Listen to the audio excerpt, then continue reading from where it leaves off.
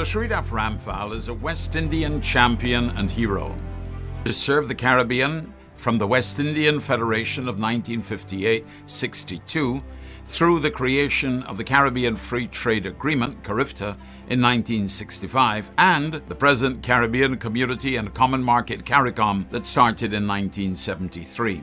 He has served as Assistant Attorney General of the West Indies Federation, lead negotiator for the Caribbean with the European Economic Community for aid, trade, and investment incorporated in the Lome I Convention, concurrently as Chancellor of 3 universities: the University of the West Indies, the University of Guyana, and the University of Warwick, Chairman of the West Indian Commission, Head of the CARICOM Regional Negotiating Machinery in trade and investment negotiations with the European Union, the United States, and Canada, facilitator for Belize in the mediation process over the Belize-Guatemala border dispute, legal counsel for Guyana in the successful Guyana-Suriname maritime arbitration before the International Tribunal for the Law of the Sea, and legal counsel for Guyana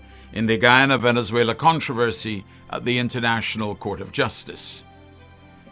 Sir Shridath is widely known in the Caribbean, the Commonwealth, and global community simply as Sonny. Yet, he is the most decorated and honored of persons from the Caribbean, and more particularly, the West Indies. He is the recipient of the highest national awards of 22 countries and of the entire CARICOM.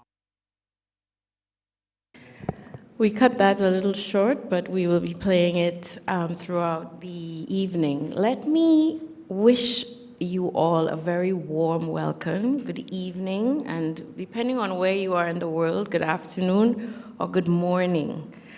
A welcome to an evening with Sir Shridath. This is not intended to be a grand public ceremony, but an intimate gathering of family, colleagues, and friends of our center, the Shridath Ramphal Center, with a carefully chosen group of persons in the room with us and others from around the world joining us online. I want to welcome you on behalf of the staff and management and board of the SRC and of the University of the West Indies. And also, I would like to state that this is part of the 50th anniversary of celebration by the Faculty of Social Sciences right here at the Cave Hill campus. I'm very pleased to welcome those in the room, our principal and vice principal of the Cave Hill campus, members of senior management, the SRC board, the commissioned artists, Mr. Neil Paul and his son Kamau Paul, our esteemed panelists in here and online, alumni and students of our Masters in International Trade Policy course, and of course, my own staff at the SRC. We are very pleased to have you with us. And I just saw former director of the SRC, in addition to Mr. Neil Paul, Mr. Keith Nurse, who is joining us here. This is our way, the way of the SRC and the University of the West Indies, of honoring our eponym, Sir Shridath, in a manner that is heartfelt rather than ceremonial. On a personal note, I will always treasure a visit I made to his home here in Barbados, just a few years before his passing. I recorded, along with others, some of my reflections about his life in a piece that formed part of our SRC tribute booklet entitled Tributes to Sir Shridath Sonny Ramphal, which you can find on our SRC website, and which features some personal pieces from persons he worked with in the field of trade, Junior Lodge, Michelle Lowe, Pam Coke-Hamilton, along with myself. We will hear more about his legacy throughout the course of this short evening event. And so this evening, without further ado, I would like to say how fitting it is for Principal Landis to open the ceremony. He and I both had the honor of attending in person Sir Shridath's funeral in Georgetown, Guyana, exactly almost a year ago, when he was laid to rest in the beautiful setting of the Botanical Gardens. This evening, we continue the journey of his remembrance, and it is only right that our principal, Professor Clive Landis, should welcome you all on behalf of the university. So, Principal Landis, please join me on the podium for your welcome remarks.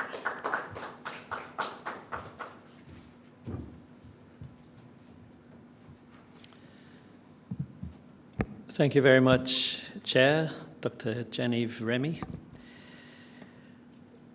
So it really was a privilege to be able to represent the University of the West Indies when Jan and I, this time last year, went down to Guyana to the state funeral. There were some remarkable speeches given, and I think, to me, the highlight was Ralph Gonsalves' speech. Was really almost quite mystical. But then, as he said, Sir Shridath was almost a mystical figure. There was something almost otherworldly about him. His achievements are just, it's hard to put them into words because, as Jan said, he holds all these various records, and for a good reason. He really was the most accomplished person you could imagine. So tonight's event, I think, is a different event, not on the grand scale of the state funeral, but I think a very personal and a heartfelt tribute to what Sir Shridath and having the center that's named after him, the Shridath Ramphal Center for Trade Policy, Law and Services, what it means to our university. We're very privileged to have that name grace our Cave Hill campus. And I'm thankful that Keith, that you would be able to attend. I guess Pamela's probably still in Geneva. But it's lovely to have Neil as well as a past director of the center. And of course, I remember when Neil first introduced Jan while she was deputy director. We had an event, I think it was a lunchtime event, and it was around the time that we had a hurricane passing, and he described Genevieve as Hurricane Force Jan because of her extraordinary energy. So I think Sir Shridath would be very happy and very proud that the legacy of his center is very much alive and strong. And so, in a most remarkable way, given his advanced years and failing health, the fact that he should be representing Guyana in the International Court of Justice in their territorial dispute with Venezuela is nothing short of extraordinary, but then we expect nothing less from Sir Shridath. But really, Jan has contributed, has continued that sort of energy and legacy.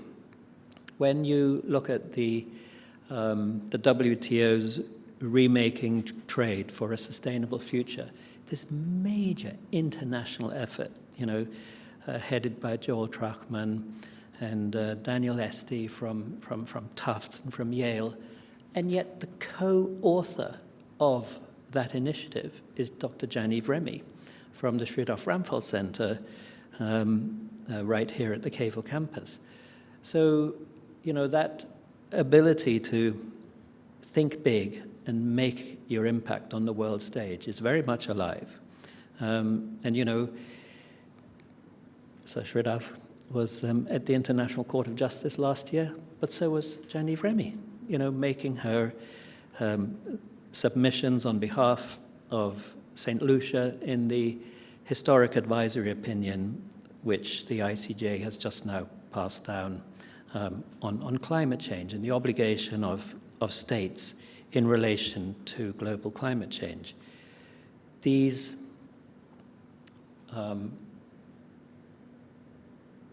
judgments from two of the biggest courts, the Inter-American Court of Human Rights, in their advisory opinion on the climate emergency and human rights.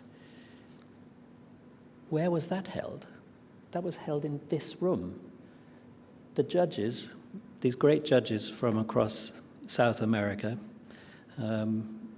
they deigned to speak English to us, but it's El Corte Transamericana de Derechos Humanos.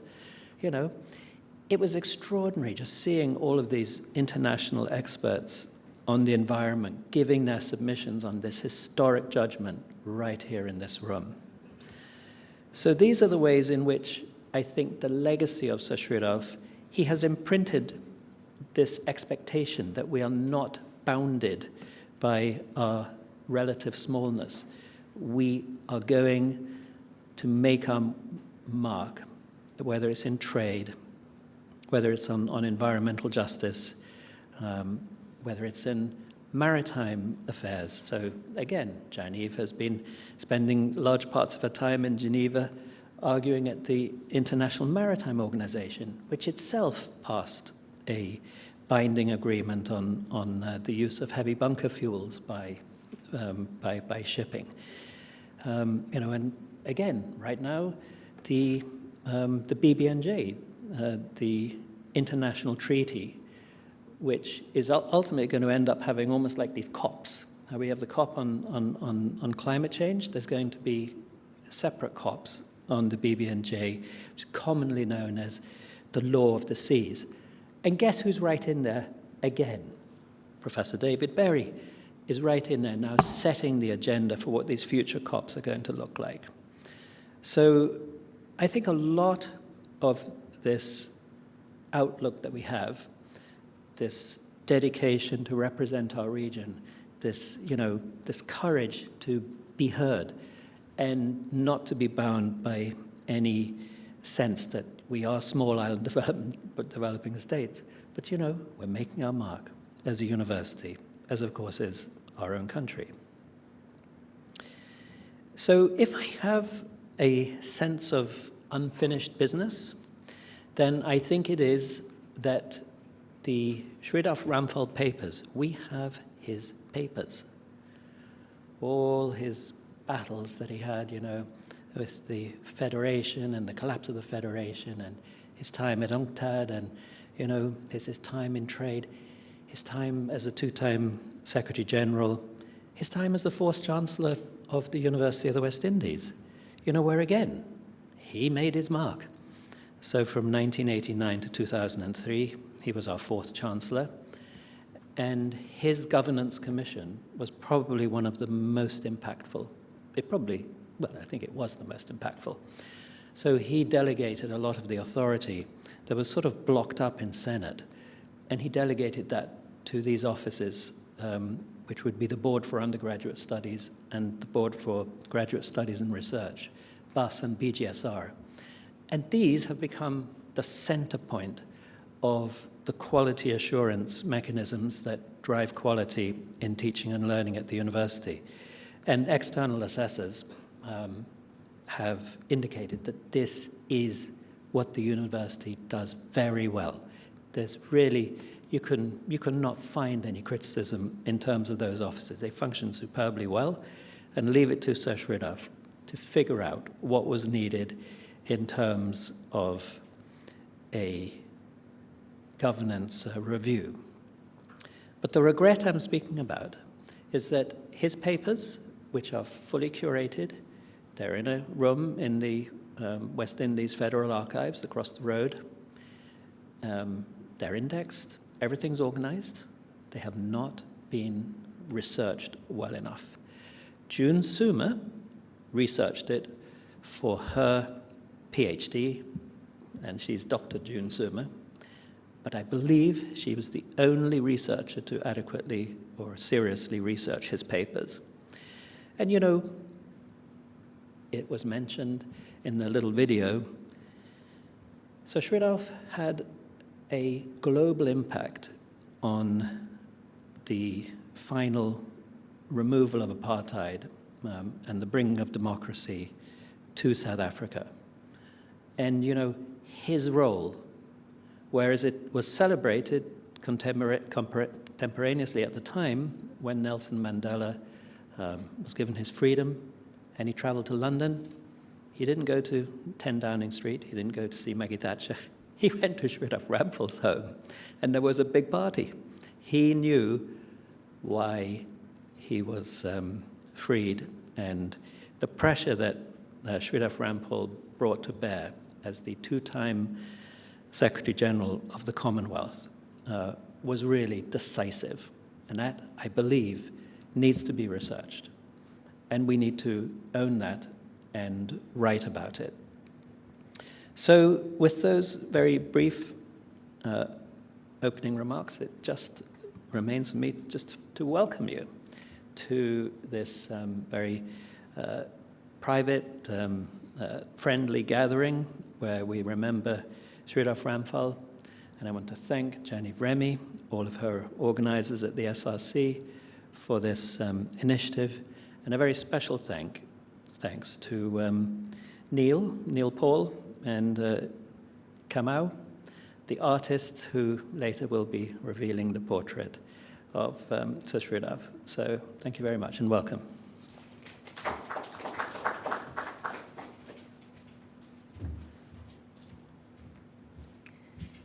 Thank you so much, Principal, for these wonderfully endearing opening remarks. I think we often hear about the grand things, fittingly, we hear about the grand things Sir Shridath has done. And the point of this evening was to bring it back almost to his contribution right here at home, the center, and thank you for your very heartfelt words about how we at the center are really trying to punch above our weight, individually, the researchers and myself, but also as a center in the choice of events, projects that we engage in. And as you will see throughout this evening, we've tried to make sure that the tribute this evening encapsulates contributions by members of staff from the pamphlets those of you in the room have, to, you'll hear some excerpts by our interns, to the design of the poster, to even the beautiful red curtain here that our colleague Clazel has made. It's really a homegrown affair, and Neil, as our former director, and his son add that extra layer of a touch of the SRC, and us choosing him reflects also our wish to keep it intimate and keep it homegrown. So thank you very much, Principal, for these rousing words. We'll move now to what I consider to be the heart of this evening's, well, not the heart, maybe the head. The heart will come with the unveiling of the portrait, but maybe the head of this evening's event. And what we will do is we've chosen persons who've had either grown close to him because of their research or because they've known him personally. And before each of our four speakers actually gives their words as part of the panel discussion, we have very short, no longer than 1 minute excerpts that Kai, our intern, and our MITP student have gathered to demonstrate the theme of each of the speakers that will actually participate in the panel discussion. So can I invite those in the room, Dr. Delisle Worrell and SRC trade researcher, Dr. Kiansky, to join me on the podium. And in the meantime, our folks in IT will get our other two speakers who will be joining us online, Professor Payam Akavan, and who is, I'll introduce them after the short excerpts, and Mr. Joel Walcott, who is joining us online. Please.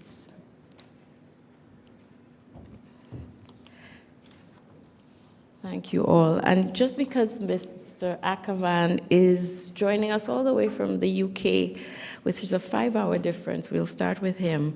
But may I ask Kai to get get the video started. We'll start with introducing our distinguished group of panelists in the order in which they will speak. So Professor Payam Akavan is a renowned barrister and scholar who served as counsel to the Commission of Small Island States on Climate Change and International Law. And in his contribution, he will reflect on Sir Shridath's contribution to climate justice and international law. We will then hear from Joel Walcott from our most recent MITP Cohort 22, a Guyanese student offering a youth perspective on Sir Shridath as a visionary diplomat and unifier. Then we will hear from Dr. Kian Skeet, Trade Fellow at the SRC, and she will focus on Sir Shridath's early legal work in the British West Indies Federation and its influence on regional integration. And last but not least, we will hear from Dr. Delisle Worrell, former governor of the Barbados Central Bank, who served alongside Sir Shridath on the West Indian Commission responsible for producing a Time for Action report that many say is the backbone of the revised Treaty of Chaguaramas, which establishes our CARICOM integration movement and framework. And he will reflect on the enduring significance of the work of Sir Shridath. So as you can see, we have decided to pinpoint various aspects of his life, especially in the field of trade, regional integration, which is what our center specializes on. And we hope to keep it within an hour, not too long, because we know that people want to move very quickly to the unveiling. So I'll ask Kai to just start with our first speaker. Before he starts, maybe we'll hear a little bit about what Sir Shridath thought about climate justice.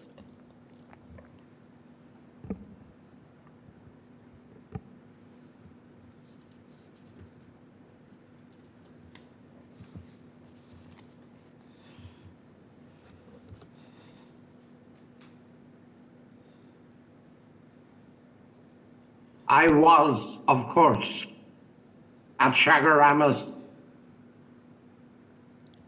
We'll try and get you the video accompanying that.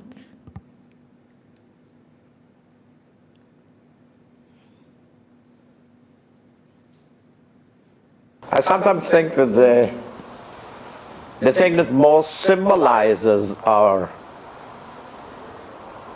modern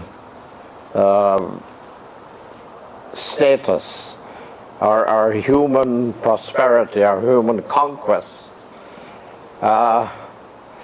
is our greatest threat. And that symbol is carbon. That symbol is CO2. And all that goes with it, the transport, land, sea, air, electricity, everything else. Those symbols really, unless we're very careful, the undoing of our civilization. Thank you for that. Let's turn first of all to Professor Payam Akavan, that we introduced before, who served as counsel to COSIS on the Climate Change Advisory Opinion, who will reflect on Sir Shridath's thoughts on climate justice. Over to you, Mr. Pavan, and thank you so much for joining us all the way from the UK. Mr. Akavan. Thank you, Dr. Remy. Can you hear me? We can hear you. We're waiting to see you in the room. It's Mr. Payam Akavan. Please. I believe they've mistaken me for Param, so that's why you cannot see me. Thank There you. we go. Yes. Thank you. Thank you, Dr. Remy, distinguished guests. I'm greatly honored to contribute to this event in memory of Sir Shridath Ramphal, who I knew as a colleague, as a friend, and belatedly really as a family member, dear Sonny. I remember in 1984 as a student coming across the writings of Sir Shridath Ramphal when he was Secretary General of the Commonwealth, not knowing that 20 years later we would become co-counsels in the Guyana versus Suriname maritime boundary arbitration. That was briefly mentioned in the film that was shared with the audience. And then 10 years later, we worked together in the mediation process with the UN Secretary General that led ultimately to the Guyana-Venezuela case being referred to the International Court of Justice. That is why I say that I knew Sunny both as a student, as a colleague, but also as someone who really became like a member of my own family. And I was very privileged. In fact, when I came to Barbados for the Inter-American Court of Human Rights hearing that was mentioned briefly, to see him shortly before his passing at the Garden House in Pleasant Hill in Christchurch, Barbados. The Commission of Small Island States on Climate Change and International Law was established at COP26 in Glasgow, and it spearheaded the first ever advisory opinion on climate change before the International Tribunal for the Law of the Sea in Hamburg, which was established under the 1982 UN Convention on the Law of the Sea, which itself was adopted in Montego Bay, Jamaica. And that precedent, which was delivered last year in May of 2024, profoundly shaped the ICJ advisory opinion, which quoted extensively from the ITLOS opinion and otherwise followed the same approach as ITLOS in finding in particular that compliance with the procedural obligations of the Paris Agreement are insufficient if in fact the nationally determined contributions of states in reducing greenhouse gas emissions are grossly inadequate in preventing significant, let alone catastrophic harm. And even here, Sir Shridath was instrumental in assisting me to help set up COSIS. Because the idea of pulling small island states together to request this first advisory opinion from ITLOS was very much in the theoretical realm. When I called Sunny, as I often did, we spoke regularly, I always sought his advice. And it was his idea that Antigua and Barbuda would lead this process together with Tuvalu, a remarkable Caribbean Pacific partnership that, of course, was kept secret until the signing ceremony at COP26 in order to prevent powerful states from undermining this initiative of small island states. And just as this case unfolded, I had the privilege of speaking with Sunny regularly, and I just want to say how clear it was that Sunny had the most sincere and heartfelt devotion to the plight of the global South, and in particular the small island states, and he understood that it was really a question fundamentally of justice, or rather injustice, that the smallest of nations that make a negligible contribution to global warming are paying the highest price. And one could always turn to Sunny, not just for his wisdom, his remarkable understanding of global politics, but also his sense of humanity, his truly heartfelt commitment to helping those who were downtrodden and oppressed and suffering injustice.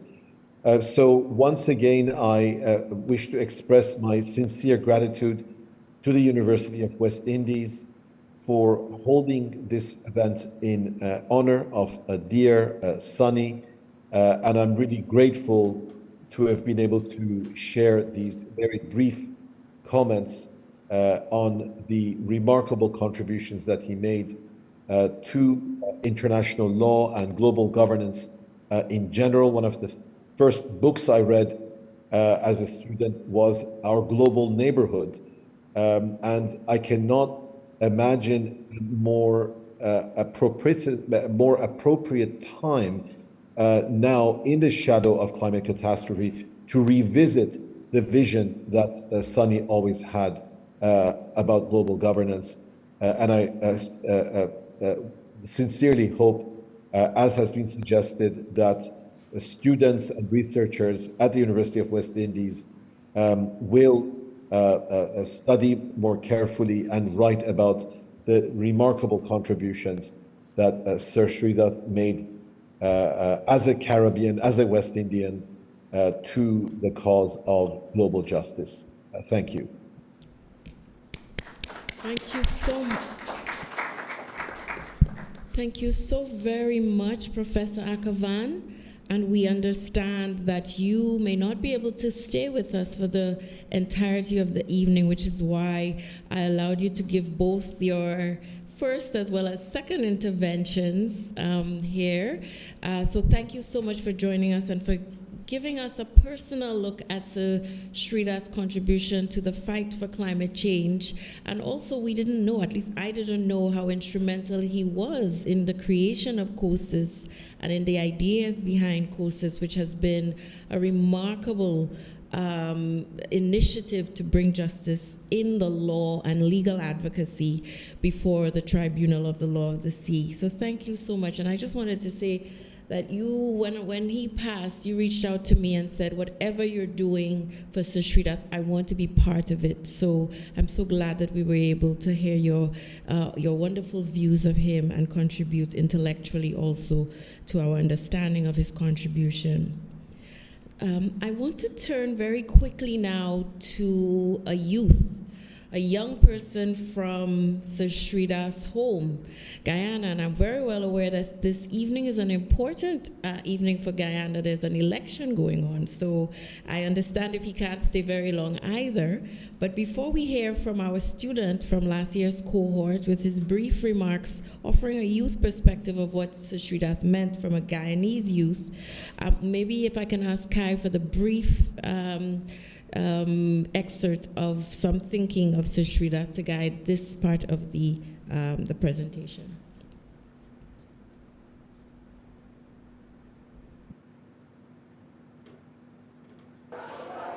Former Secretary General of the Commonwealth, what was your proudest achievement in the 15 years you were Secretary General? That's a very difficult choice. There were several moments of, not just of achievement by me, but several moments of achievement by the Commonwealth.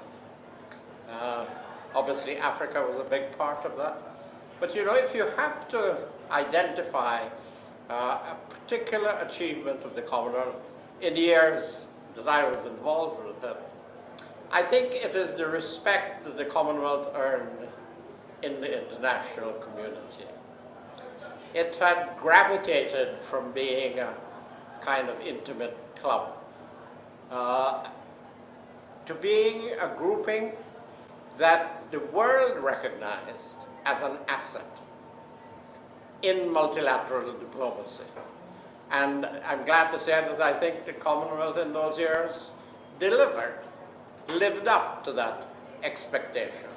We didn't solve all the world's problems, we helped to solve a few of them. And that was a very good reward. Okay.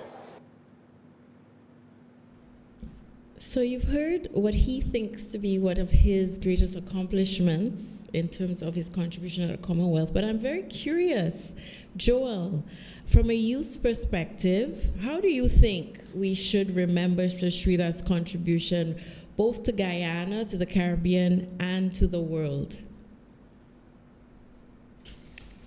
Good evening, Dr. Remy, and good evening, everyone in person and online. I'm assuming you're hearing me and seeing me? Yes, we're seeing you all suited up. Welcome, Joel. Thank you. First of all, it would be remiss of me not to acknowledge our chancellor at the University of Guyana, Professor Edward Green. I saw him online. And as a budding economist, it would also be remiss of me not to acknowledge the presence of Dr. Worrell. Your contributions on dollarization is still discussed in many parts here in Guyana. When we talk about Sir Shridath Ramphal's contribution from a youth perspective, there are three things that I would like to highlight. First of all, his contributions provided foresight, which allowed small island developing states to be better prepared for the challenges that came with climate change. During the 1980s, when climate change was a topic that was unheard of, that wasn't discussed in many of our public forums, Sir Shridath was already championing this cause.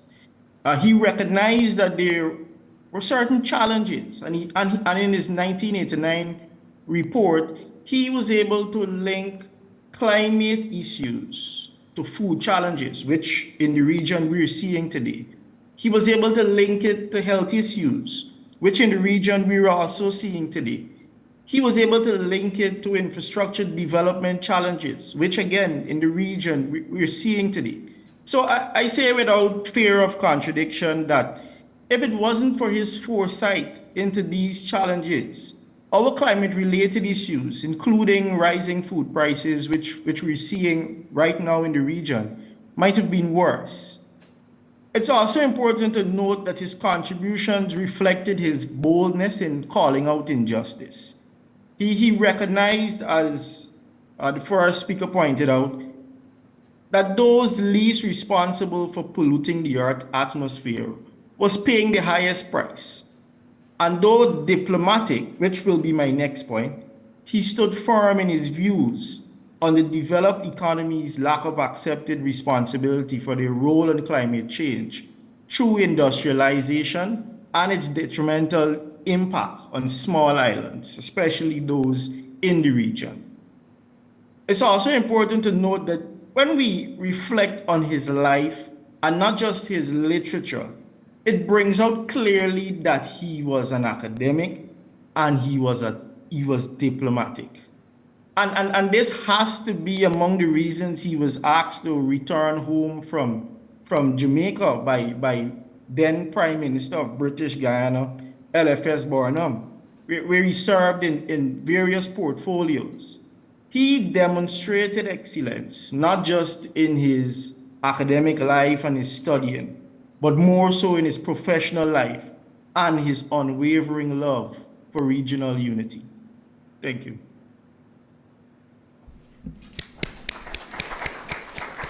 I see all of us faculty looking I see Dr. Skeet and Allison and all of those who had a hand in teaching him, very proud of that intervention, very forthright, Joel, and welcome also to everyone who's online who I don't have the privilege of seeing, but to Eddie and everyone else who's joining us online, welcome. Thank you so much for that, Joel. If there are any questions from the audience, we may get back to you, so don't leave us yet to go and vote. Just stay with us, hopefully for another few minutes. We won't have too much discussion, but it was really great to hear your perspective on Sir Shridath's contribution. It's very fitting for me to turn now to one of his lecturers, Dr. Kayan Skeet. Dr. Kayan Skeet is a faculty member. She's our SRC Trade Fellow.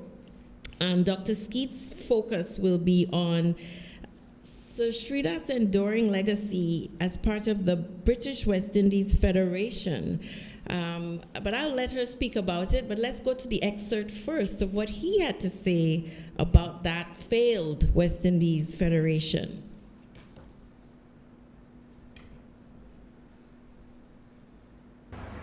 I have often speculated on what would have happened had we gone forward as a nation. We would have created in the Caribbean a centrality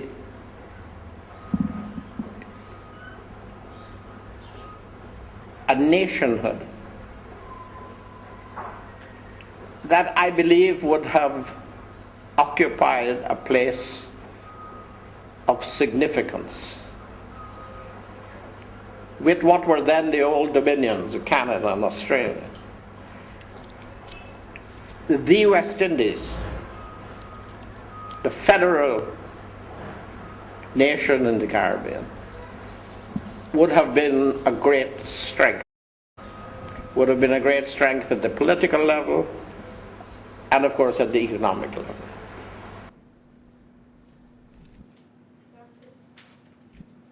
Dr. Skeet, inquiring minds want to know. Sir Shridath's involvement in the Federation came at a very formative moment for Caribbean integration. In your opinion, how did his early legal work shape the path toward CARICOM and other institutions that he participated in?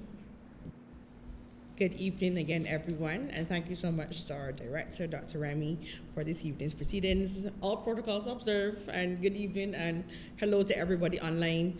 First, before I go to your question, allow me just a minute. So in my office, there's a lovely painting of who I call regional greats. Castro, Norman Gervin, Professor Norman Gervin, and 5th Prime Minister of Barbados, Owen Arthur. And they say as a reminder to people coming into my office that we have a mandate still to fulfill on deepening regional integration, ensuring regional development takes place across this entire space. And this lovely painting looks down on my desk and my library in my office. And the painter of this painting is in the room today, Kamal. And Kamal, I look at your painting every single day and it inspires. And I often try to tell students, look back to the writings of Gervin, Castro, and definitely the speeches and contributions of Prime Minister Arthur, and they say it's great. So it's fascinating, and I'm so excited to know that Sir Shridath, also painted by you, will also grace the walls of the SRC. So thank you so much. We will see Kamal's fantastic work very shortly, so I have to do that for Kamal. And I know he doesn't like necessarily praise, but give me Kamal. But he's absolutely talented. Now, so bear with me. I've been in this institution since 2003 as a student. And I always had a drive for regional integration and pursuing integration. And I've always heard of Sir Shridath as one, being a Commonwealth Secretary General, or being the advisor to Sir Luke. And Sir Luke was the person who was responsible for dissolving the Federation. So I was trying to figure out, okay, so he has to have some role in the Federation that is not necessarily negative, or some role in the Federation that is not necessarily global. He should have had a regional role. So I became fascinated by trying to figure out what exactly did Sir Shridath contribute. And I have discovered that one thing that we talk about is his persistence and his continuity. He was always there, he was always present. He was an assistant attorney general within the Federation. And incidentally, he then went on to help with the dissolution. But before that, how did he come into the region? He came into the region representing the colonial office first. And then he went on to work as the assistant to the attorney general within the Federation. So it dawned on me like, okay, so we have this very much British Guyana born, trained and educated in the UK, and his identity comes across more as being British than West Indian. And a lot of Sir Shridath's writing speaks about becoming West Indian and maintaining this oneness of West Indian. And he speaks about it as, when he said in his book, England made you West Indian because the logic of your historic oneness made it treat you as one. And you began to understand and accept that oneness. And it struck with me, because I became immersed in my region, engrossed in deepening regional integration, fell in love with my space when I moved to Jamaica, Samona, and I understood I was more than just a Barbadian. I then became Caribbean. I then started to understand and see the similarities with the Trinidadians, the Grenadians, the Vincentians, because I was now outside of my home space in Barbados and in Jamaica. And for me, that Sir Shridath's work and his presence in England made him become more West Indian. Now, When he came into the region to the British West Indies Federation as the assistant to the Attorney General, I had to look at what was passed in Parliament, the actual parliamentary papers from the British West Indies Federation archives, and Lafleur is on the call. Thank you so much, Lafleur, for your assistance. Along with the archives here on campus, there are some in the National Archives of the UK, but there's a treasure trove in Blackrock Books just at the bottom of the university. They actually have original pieces from Parliament, where you actually get to see the parliamentary debates. And so Shridath very much maintained in the background a push towards deepening regional oneness, a push towards having a constitution that was fair and democratic. And he modeled our British West Indies Federation off of the Australian Federation. And that was one of the legal expertise movements that we have seen from Sir Shridath coming to the Federation. Now, within the Federation, he engaged in the drafting of the Constitution from the days of the conferences held in 1961 and then from 1960. So we had the legal expertise. He became a spokesperson for Caribbean oneness, because bear in mind, I'm not sure how familiar you are with the Federation. The Federation had two motives. The Federation, for some leaders, was to pursue independence. But they were using integration as a route towards independence. So Shridath was always the quiet voice that we pushed oneness. He pushed integration more so than independence. And that is why he's been very vocal in saying one of his disappointments was the dissolution of it. On the day the Federation was dissolved, he actually left the region and he went off to Harvard, because he was so disappointed in the fact that we did not fulfill the mandate of integration. And I often tell my students, as we looked at the actual federal archives, you started to understand that in the 1960s, countries were hungry for independence. We wanted our sovereignty. We wanted that ability to stand on our own and make our own decisions. We had trained civil servants. We had the expertise. We now wanted to do it alone. But we saw integration as a path towards independence. And countries like Jamaica and Trinidad and Tobago, when they recognized you didn't need integration to have independence. So, they always tell me there's a time for everything. Now, when the Federation dissolved, he went off, but he was always in the background willing to serve his Guyanese government. And when you read his writing, and he talks about the Guyanese government speaking to the Barbados government and wanted to have something deeper with Carifta. So Shridath was there. He was there in the crafting of the Caribbean Free Trade Association in '65. He was there in the crafting of the Caribbean Community and Common Market in 1973. He was there as a legal advisor, chosen and respected by the regional leadership, having been there from before with the British West Indies Federation. So Shridath was also there with the drafting of the Georgetown Agreement, which formed our ACP, which is now the OACPS. Also, one thing that I have noted here, so Shridath held very high standards for this region. And in holding high standards, he was principled. And one of those key principles that we see and we maintain to this day in our diplomacy is that of neutrality. So, we've been members of the non-aligned movement, but more importantly, Barbados and Guyana and two other Caribbean countries, we stand proudly, and we've recognized Cuba within the hemisphere since 1972, again, following the legal advice of Sir Shridath. Now, Sir Shridath was very public when he said he had his regrets. One of his regrets, as he puts it, I was the only West Indian lawyer now specifically equipped for the legal challenges of federalism. My personal agony was that my own country, British Guiana, was excluding itself from the British West Indies Federation. And that has always been an anomaly. Guyana was not part of the British West Indies Federation, but they made up for it because Sir Shridath ensured they were present with the discussions for Carifta. He then pointed out, which is a bit more current, which is something I want to delve into more, because Professor Gervin was one of the more vocal advocates against the European Union Economic Partnership Agreement in 2008, but Sir Shridath pointed out, called the EPA folly. In 2008. That is what I want to also delve into.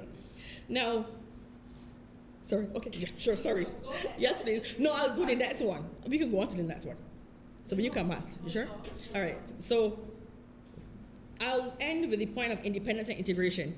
Now, so we had the federation, which, remember, fell apart because countries pursued independence. The goal was not integration. Now, when we actually had the opportunity to deepen our integration, we came up with an integration movement that respects sovereignty. Because we have learned our lessons by understanding that regional integration in the Caribbean has to be grounded in sovereignty and independence and the country's right to do and say as it so desires. And that is why we have this intergovernmental movement. This intergovernmental movement, which is very characteristic of CARICOM, allows countries to participate within the regional movement, but also be firmly sovereign. So we've seen that continuity and that respect. So for me, Professor Anthony Payne calls it a paradox, because it's like saying there's an I in team when I explain it to my undergrads. But we have just chosen what Prime Minister Gonzalez would say one of the hardest ways of integration, ensuring that I am sovereign and I'm pursuing integration.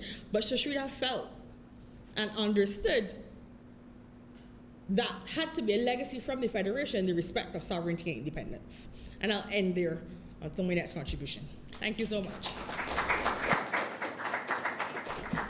Wow, very spirited and deeply engaging set of remarks. I think one of the things that really stood out, Dr. Skeet, from your remarks was how important it was for him to keep his own wishes intact. And to allow the leadership, the political leadership, to go their way and always be a humble servant, but nonetheless keep that desire burning throughout, even with all of the ironies and contradictions. And I'm sure with the questions, we will get back to your contradictions. I'm sure people haven't had enough of what you had to say. So let's just make some time finally for initial remarks from Dr. Delisle Worrell. And his contribution is going to be on the work that he engaged in with Sir Shridath as part of the leadership on the West Indian Commission, which produced the landmark Time for Action report, which, as I mentioned, provided the blueprint for our revised Treaty of Chaguaramas. So let's hear the clip, and then we'll hear some short remarks from Dr. Worrell, and then we'll hear from the audience if they have any questions, and a second round briefly from our discussants.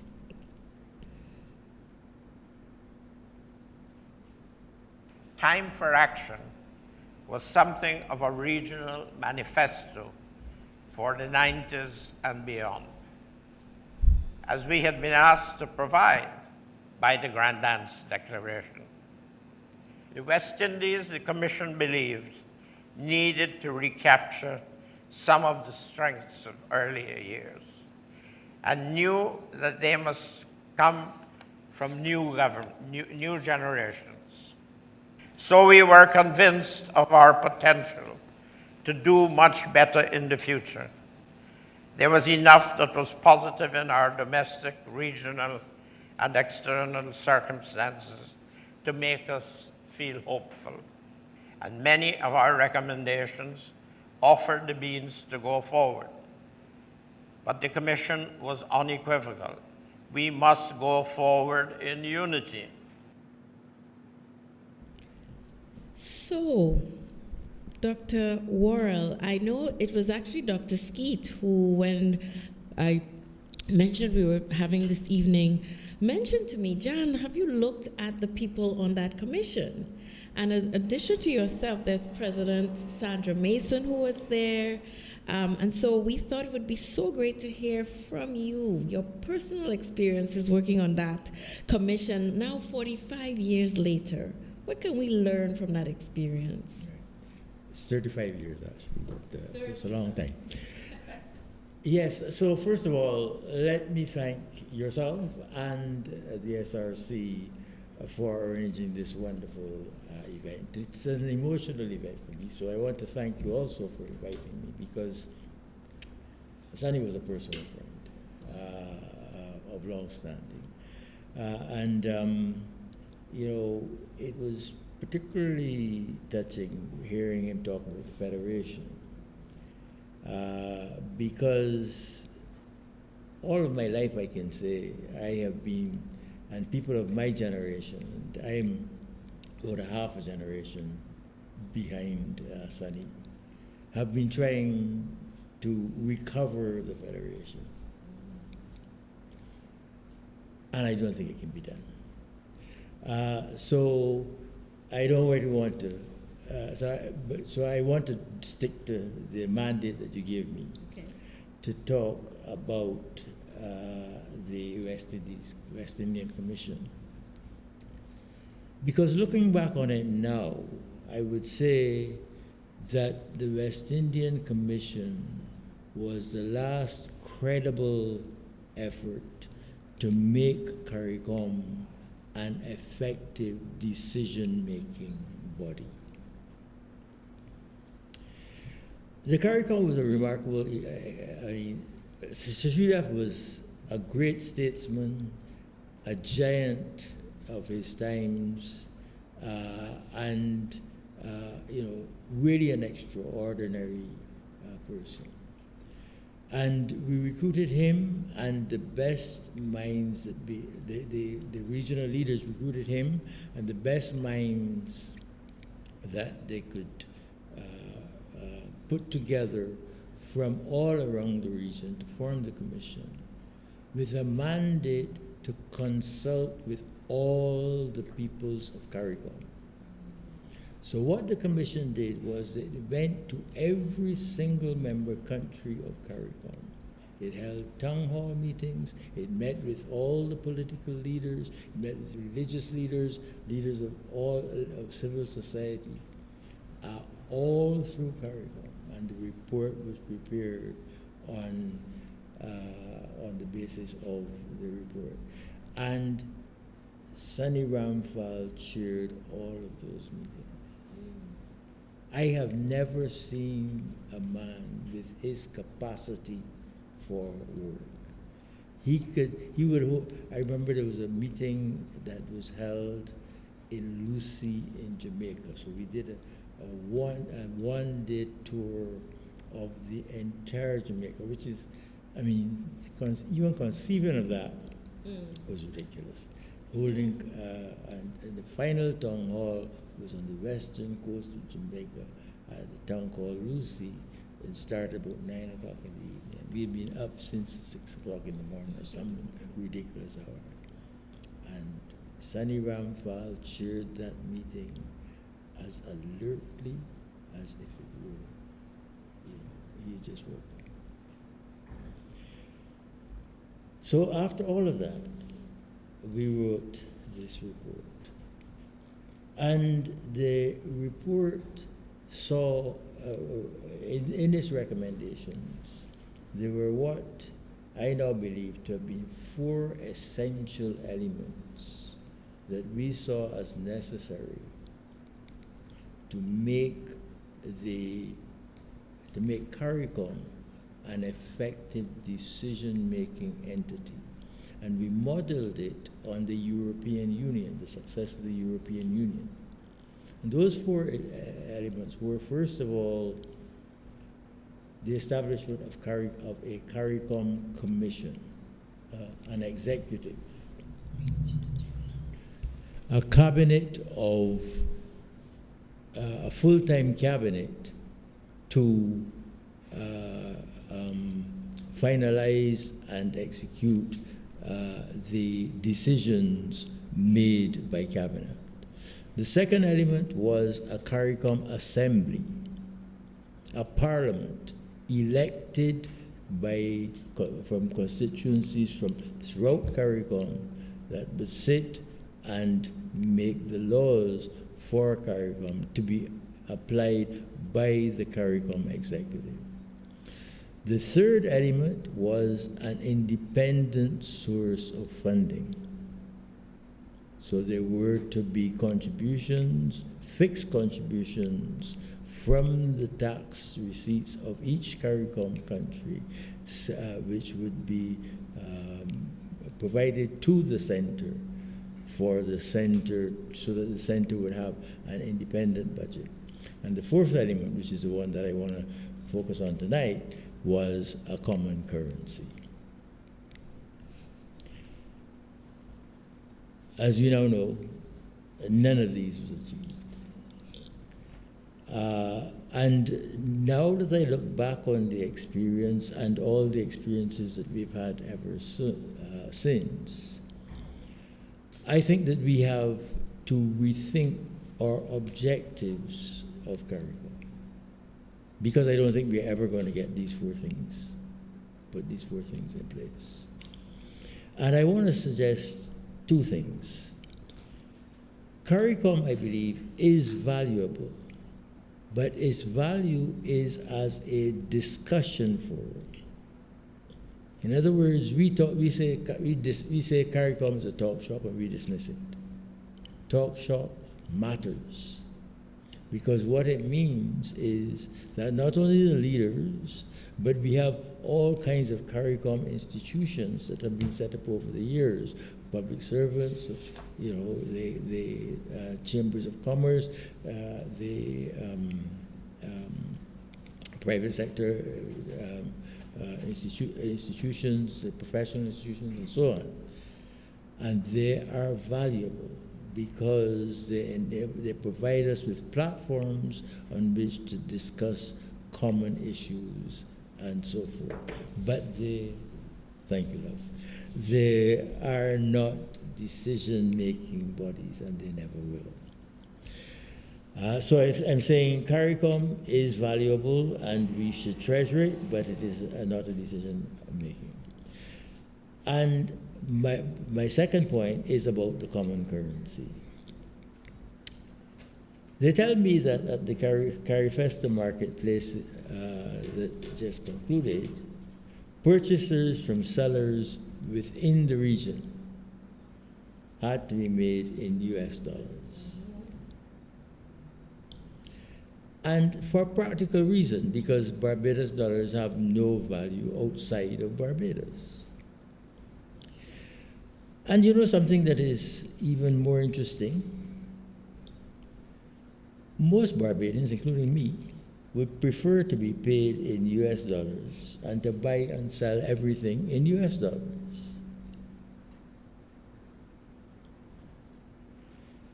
And that could be done because, we know that if,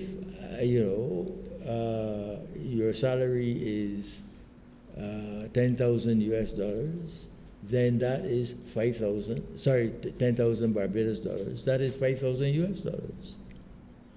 And you don't get that in cash. That's a bank transfer, which is zeros and ones in a computer somewhere.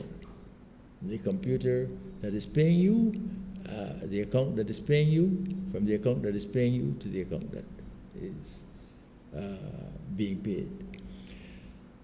So that all that would be needed to go fully towards US dollars, in other words, to give Barbadians the privilege of using the US dollar, which they have to use for everything else if they buy from anywhere else in the world, including in Trinidad or from Trinidad or Guyana or elsewhere,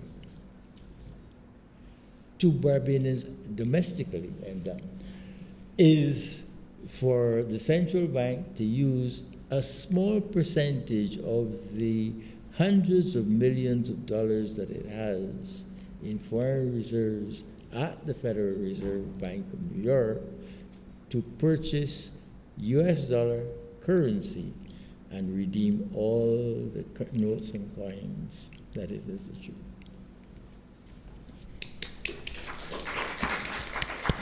I'm so sorry I have to cut people off, but I do want to thank you for bringing it back home, reminding us of Sir Shridath's love of people and interest in making even when I met him, he was so personable. But that was definitely reinforced by what you said about his indefatigable nature, going to speak with the people, and then reminding us, even for CARIFESTA, his dream of making the currency also freely available. And that's something that I like that you held up as something that we still have to aspire towards. Now, I'm aware that we are at 7:15. I really wanted to end the panel discussion by the latest 7:30. So I am going to open up the floor to questions from the audience in person and online so that we can engage our academics and our speakers even more in conversation. So I just wanted to know if there were any persons who had a burning desire to say something, contribute something, ask a question, before I ask our panelists to round up with parting remarks. Anyone online or anyone in the room? Please. So we have Professor Moore, the deputy principal, an economist, a very well-known economist in his own right. Ask them a hard question. No, I really like the presentations that we've had this evening, so thank you all to all of the panelists. A really great information that was presented. I want to maybe get the discussion going in relation to the link between climate and food, and climate and food security. And I'm not sure if there were any writings by Sir Shridath Ramphal in the area of food security. So I'd like to have a discussion on that. And also, in addition to food security, I want to pick up on Dilal's, Dr. Worrell's last point. The notion of replacing all regional currencies with, say, the US dollar. How does that fit or mesh with the notion of regional integration? And that would, just those two things, just those two questions. Great questions. Any more online before I turn to the panelists? Or if there are any online, please unmute them. Okay, so whilst we're waiting for, we have Joel online, we have Kian, Dr. Skeet, and we have Professor, well, I'm professorizing you, Dr. Worrell. I'll leave the second question for you, but Dr. Skeet, I know you've perused the archives and you have studied Sir Shridath. Are you familiar with any link in his writing between food security and climate? I personally am not. I know that he sat on the Brundtland Commission that paved the way for all of the work on sustainable development that eventually culminated with the Rio Declaration that was signed in 1992. I don't know if I recall anything specific on food security, but he was so far ahead of his time, I wouldn't be surprised if he did say something about that specific link. Anyone in the room or anything, Dr. Skeet, you recall? I'm trying to think back to the agriculture debates in the Federation, because a lot of the debates in the Federation surrounded power, one, and secondly, what should be within the federal responsibility versus what should fit in the member state. And I'm not getting anything coming to mind, but if I do, I will alert you to, but I'm thinking no, not at this point in time. But I don't know if you had any thoughts, Professor Moore, whilst we go to the second question, which is more about, what is the US dollar as an alternative? What does that do emotionally for our need to go local, like the OECS has with our OECS Eastern Caribbean dollar that has been a model for the region? So actually, it wouldn't be any change in what we have now, because all these currencies, how do we know what the real value of the Jamaica dollar is? We know by getting its value in terms of US dollar. How do we know what the value of the Trinidad dollar is? Getting its value in US dollars. So in fact, the US dollar is in fact the world's standard of value. Our problem is just a problem of perception and, in a sense, nomenclature. Because we don't do payments with currencies anymore. If we were reinventing the world, we wouldn't actually bother with currencies. We needed currencies before we had computers, because most transactions, most retail transactions, were actually done with those things. But right now, most of the money that you use for payments is not currency. I'm curious and it doesn't if matter what you call it, But because communication is instant. You know what its value is at all times in whatever you call it. But there are two things I would place on the table here for your consideration. And I know you're a scholar on China and Chinese policy. So I'm curious, the hegemonic influence of the United States in terms of the US dollar. What is happening increasingly with the Chinese renminbi? And how is that countering the US dollar potentially as the measure or yardstick against which all other currencies are valued, but also cryptocurrency?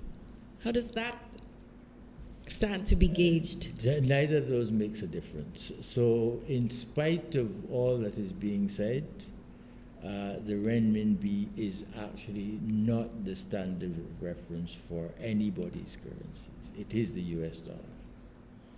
And cryptocurrencies lack credibility, so you don't know what they are, right? And nobody is going to value their assets in something that they don't know what it is. Dr. Skeet, and then I see Michelle, one of our cohorts, and Dr. Nurse have two questions. So Dr. Skeet and Dr. Nurse, you can walk to the podium whilst we hear from Dr. Skeet. Professor Moore. So during his tenure as Commonwealth Secretary General,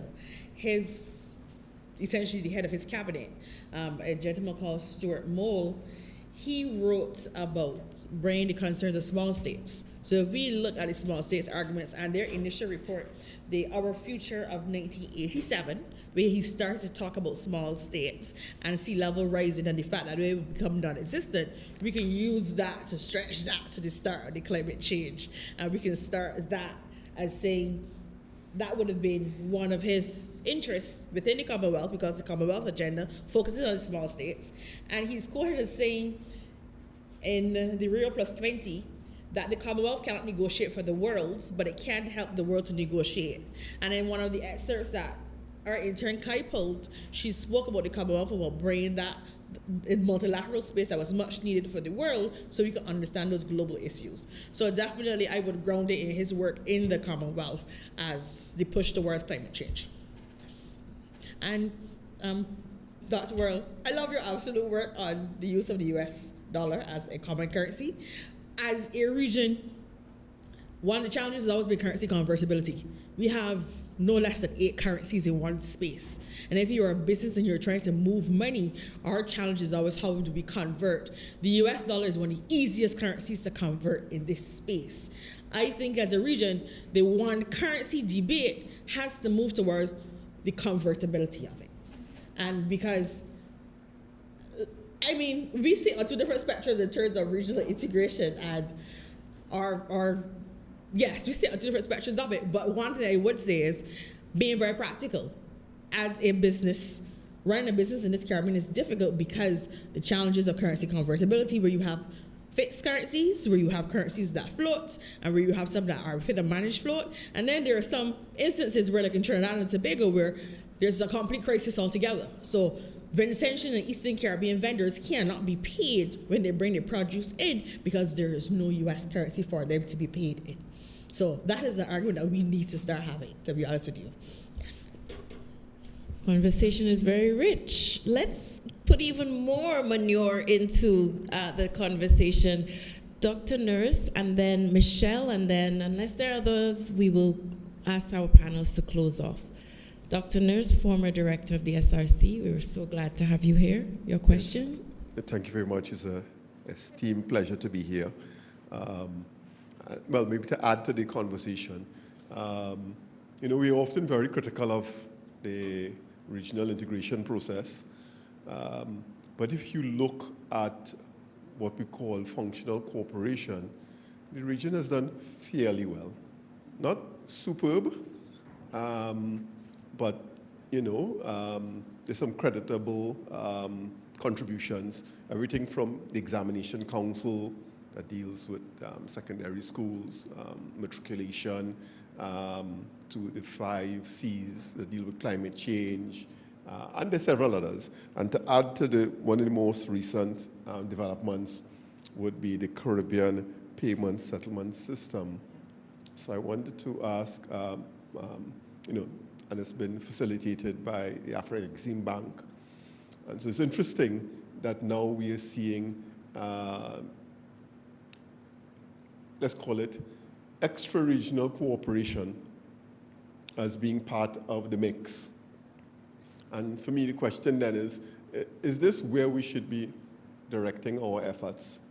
Because in many respects, we are, I think, at a really critical juncture, which is, I think, the point that Jean-Yves is raising about the geopolitics of currencies. Currencies are no longer, have never been just money. They're heavily loaded with geopolitical implications. And so the question then is, if some of the disappointments we've had with regional integration can be mitigated through new forms of cooperation.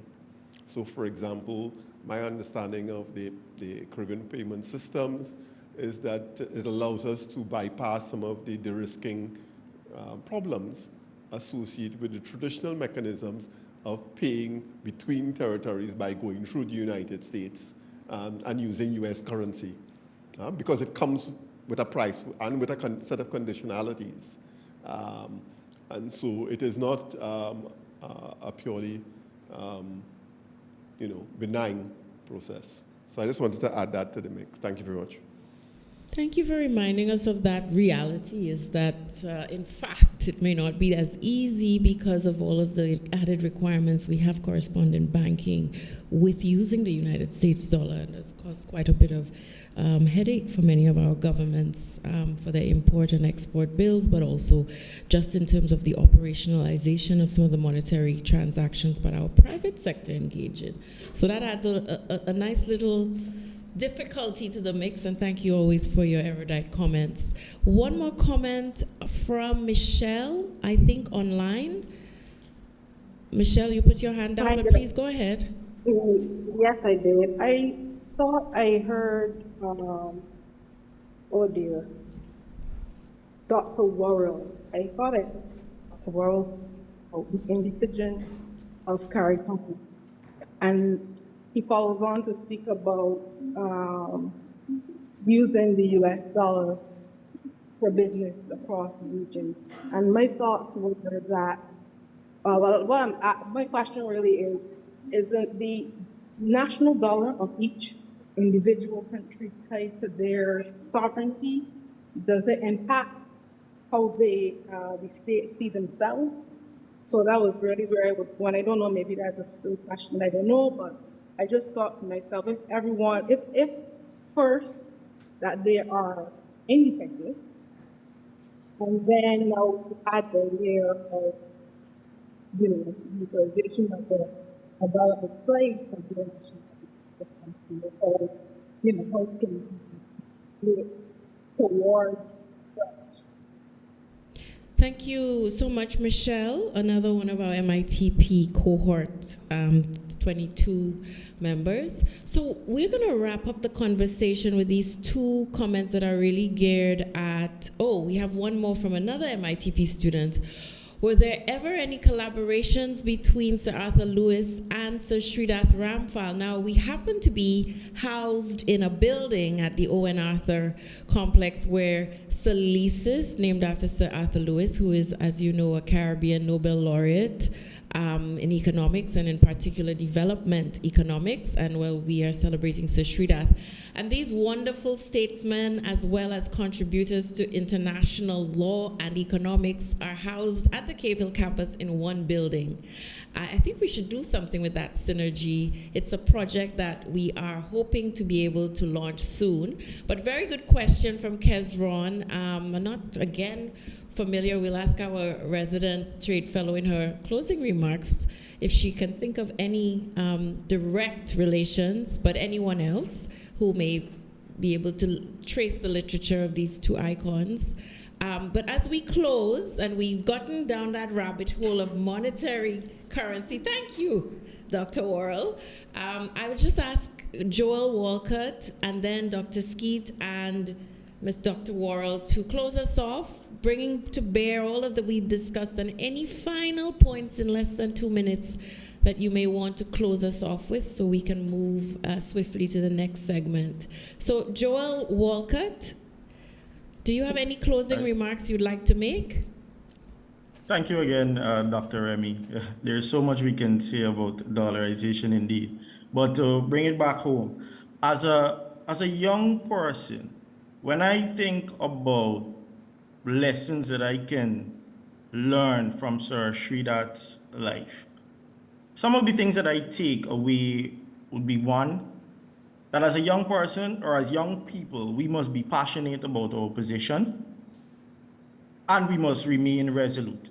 Open to suggestions, yes, discussions, but we must stand for something and we must be ready to let the world know, like Sir Shridath did, what we stand for. We must also not just seek to become educated, masters, two PhD. It's not just about becoming educated, but become educated to initiate change. Sir Shridath was not just a Guyanese scholar or a Caribbean scholar. He was renowned and recognized globally. Why? Because he didn't just seek to gain an education, but he was educated to initiate change. And thirdly, patriotism to the Caribbean region or to small island developing states does not mean betrayal for one's own country. As a region, Sir Shridath helped us to realize that we were stronger together, and together we must seek to move forward. My love for Guyana is not in any way less when I display my love for the Caribbean region. So as a young person reflecting on the life of Sir Shridath Ramphal, those are the three things from his life that I will take with me going forward. Thank you so much, Joel. Let's all, and I know that another member of the cohort, Chrysanthi Brathwaite, was also contributing to some of the thinking that you have represented tonight so ably. So thanks to you and Chrysanthi for doing your country proud with your interventions. Dr. Skeet, any closing thoughts on any of the questions? But I know we didn't get to hear everything you had to say, so if you can give us your parting thoughts. So I shall leave you with a quote from Sir Shridath, and he reminds us to care for CARICOM. We must respond to the self-generated momentum of integration, no matter how much care and consideration we demonstrate. CARICOM will not survive merely by standing still. It will survive only if we generate the political will to constantly renew it with relevance to the aspirations of the West Indian people, and to pursue continuous progress of upgrading the mechanisms of integration so as to ensure their potential for fulfilling the practical needs of the West Indian region. And from that, for me, it stands out on the need for CARICOM to always remain relevant, for us to continue to re-envision and revision our regional arrangements. Because the 1989 Grand Acts Declaration and the drive for a single market has to be refashioned to something that is a lot more practical to our contemporary needs. So I will leave you with those thoughts. Thank you. Thank you so much, Dr. Skeet, for your very rich reflections. And finally, the final word goes to you. I think Payam is gone, so unfortunately we can't hear him, but we can definitely hear from Dr. Worrell on some parting thoughts. Yeah, I'll just answer the last two questions that were posed to me.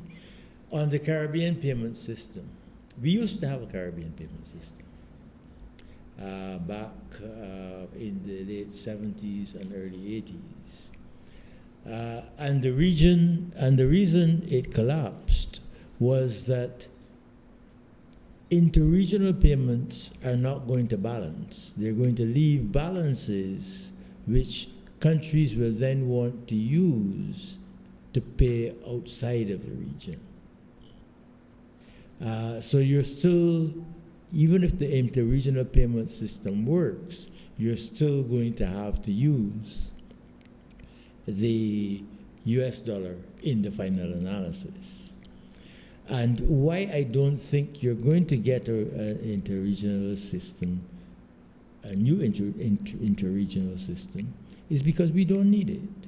Because interregional payments are now being used by the mechanism you already have. Banks already have procedures via the SWIFT system to make international payments to any country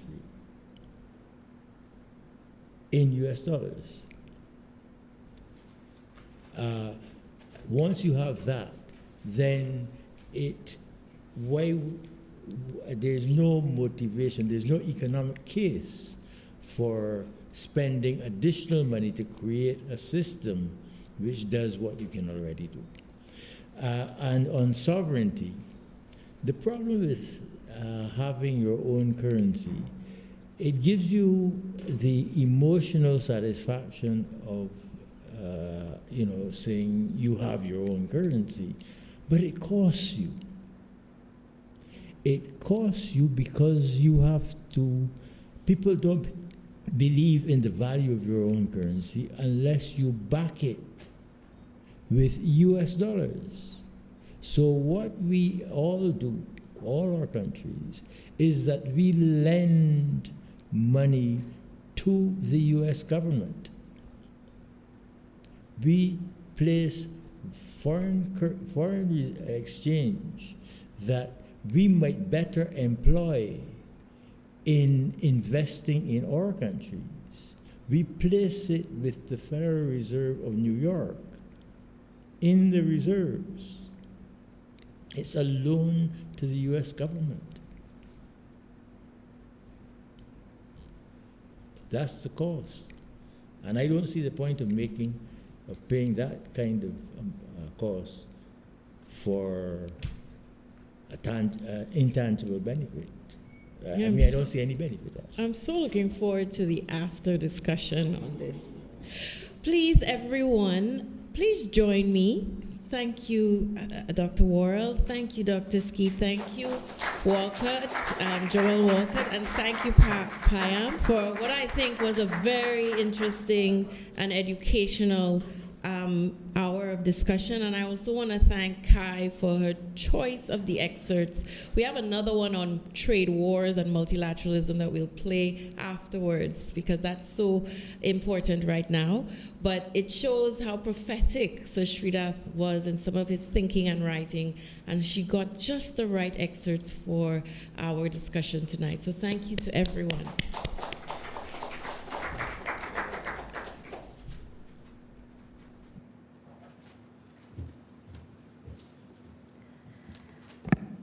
I am really pleased now to move to the part of the evening's ceremony, which I labeled the heart, the unveiling of the SRC commissioned portrait of Sir Shridath. For this, we turned to someone who is part of our SRC family. Mr. Neil Paul, my immediate predecessor, who I served under for 3 years as deputy, took on the assignment with his son to do justice to Sir Shridath. Many of you may know that Neil moonlights as an artist, even when he was the director, and his work, which he sometimes threatens to take away, adorns the walls of our center. So it was important for us to choose Neil for this commission, for the continuity, for the intimacy of the connection, and for the personal meaning of having his hand and that of his son, Kamau, to bring Sir Shridath's likeness to life. And thank you to both of you for doing us the honor. We couldn't pay you enough for doing the honor, and also speaking with the family of Sir Shridath in having this work completed for tonight. And Neil is pointing to his son. And before we do the honors of unveiling, I've asked Neil and Kamau to come up and just speak a little bit about the process, the inspiration for the method for the painting that they employed before we ask the principal to come up and do the unveiling. So Neil and Kamau, if you would join us.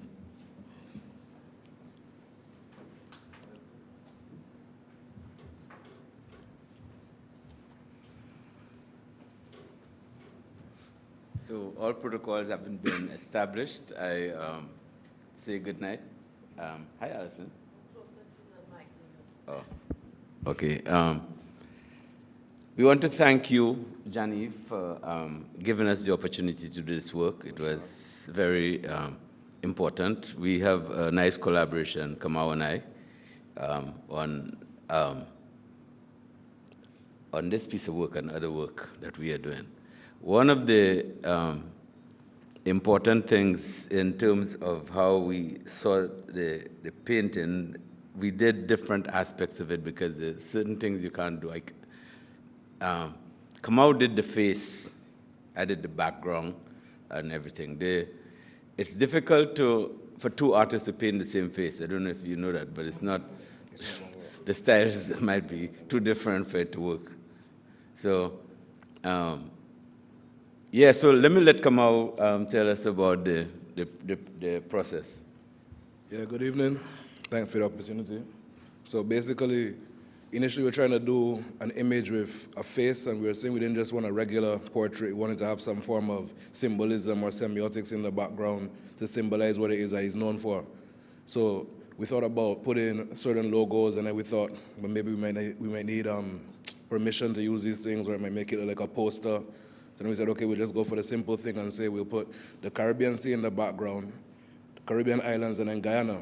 And at one point we thought, okay, let's put a lapel with Guyana on it to represent that he is Guyanese. And then we were advised, don't do that, because it might take away from the Caribbean identity, as that was his underlying message. So then we said, okay, we looked at it when it was done, and we thought to ourselves, it doesn't really need much more. The only thing we were thinking initially was to put two different images, one of when he was older, and one of when he was younger, because you never know when somebody knows him as. So then we said, but then it might confuse the mind as to where to focus. So then we went back to, let's just go to the one that they chose. I don't know if we can talk about who chose what, but that's how it goes. Yeah, man. And then we spoke to his daughter, who had some, Lady Sanders, who had some critiques, and we said, we'll fix it to the way she wants it done, and still make sure it's, what's the word? It still looks like the initial reference, and it worked out quite well. Yeah, man. That's about it.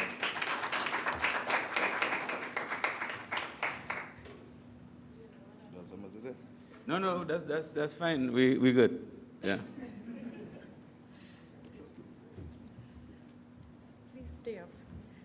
So you've heard from the mouths of the artists, and I just want to say it was an absolute pleasure to work with Neil and Kamau on this.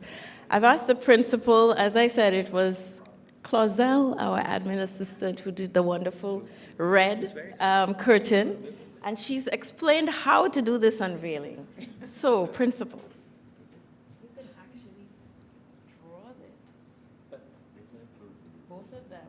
You can hold both of them. It's ta-da moment. So if we can maybe, I'll stand away so you can see. I'll help a little. You have You pull them. Pull them? I do it. Yes. Okay. Ready? Make sure that maybe you... If we could get the artists on either side. Okay. Ready, go.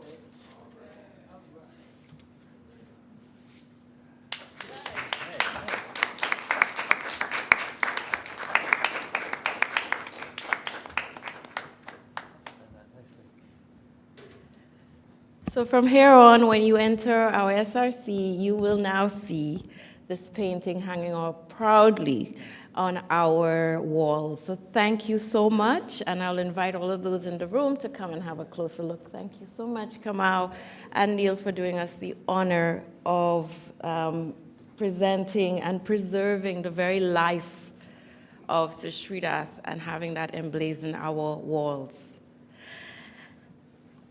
That's it in terms of the formal event. let me close this evening of remembrance with my heart brimming with pride at what we have managed to do in just 2 hours, which is to just call to mind his intellectual contribution in a very personal, heartfelt way. And I want to thank everyone, both those in the room and online, for being a small part of this very significant occasion. We have seen and heard Sir Shridath in his own words.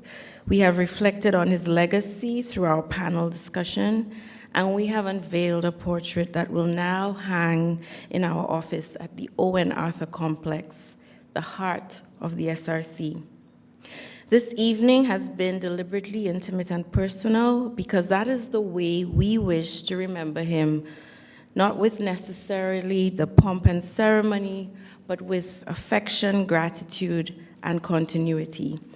On behalf of the SRC, let me thank you again, our panelists, our guests, our artists, all of those of you who've taken time to join us. I want to also acknowledge our SRC board member who traveled from Trinidad to be here with us, as well as I mentioned, our previous director, Dr. Keith Nurse from Trinidad as well, and our MITP family, our students, and our faculty. Nice to have you, Allison.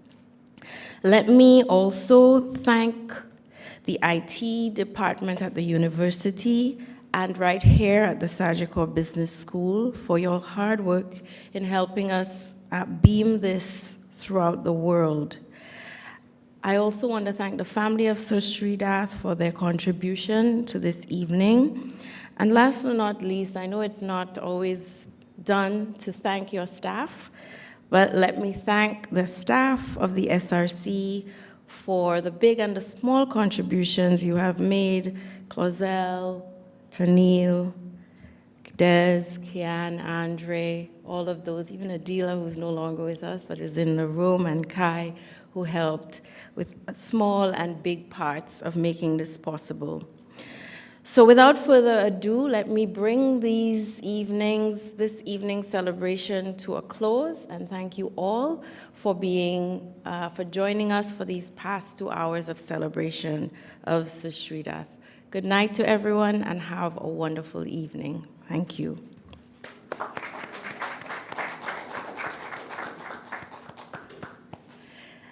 For those who are online, they won't hear this, but those of you in the room,